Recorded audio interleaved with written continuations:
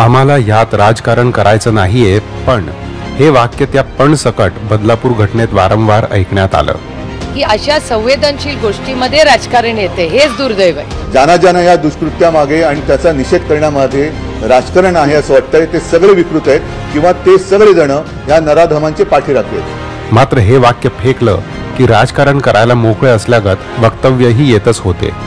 24 तारीख को 24 हम बदलापुर की जो घटना है उसके खिलाफ महाराष्ट्र बंद का ऐलान करें। हा महाराष्ट्र बंद केवळ राजकीय नाहीये। 3 गोष्टी प्रकर्षाने दिसल्यात। राजकीय फायद्यासाठी पोलिसांचं खच्चीकरण, तुम्ही अकार्यक्षम असलात तरी जनता सक्षम आहे म्हणून उद्याच्या बंदच्या आड पोलिसांची दादागिरी होऊ देऊ नका। जनतेला भडकवणारे आव्हानं, आग लगानी चाहिए।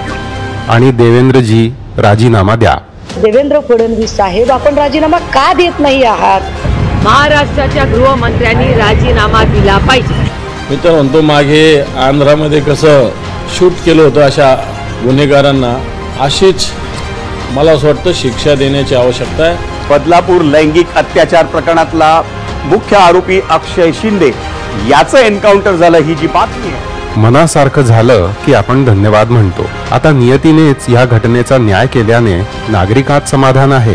त्यामध्ये राजकारण झालं नाही पाहिजे, पण झालं ते अतिशय चांगलं झालं, असंच झालं पाहिजे। जे पोलीस अधिकाऱ्यांनी जे हे कार्य केलंय ते खूप प्रोत्साहनक आहे।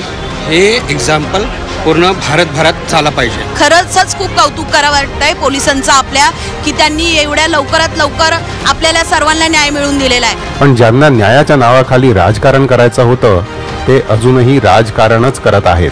प्रकरणाची सीबीआय चौकशी होणं गरजेचं आहे आणि आताच देवेंद्रजी राजीनामा देणार आहात का तुम्ही, किंवा ते सगळे जण या नराधमांचे पाठीराखे आहेत? आता तुम्हीच सांगा, त्या नराधमाला पाठीशी घालणारे नक्की कोण?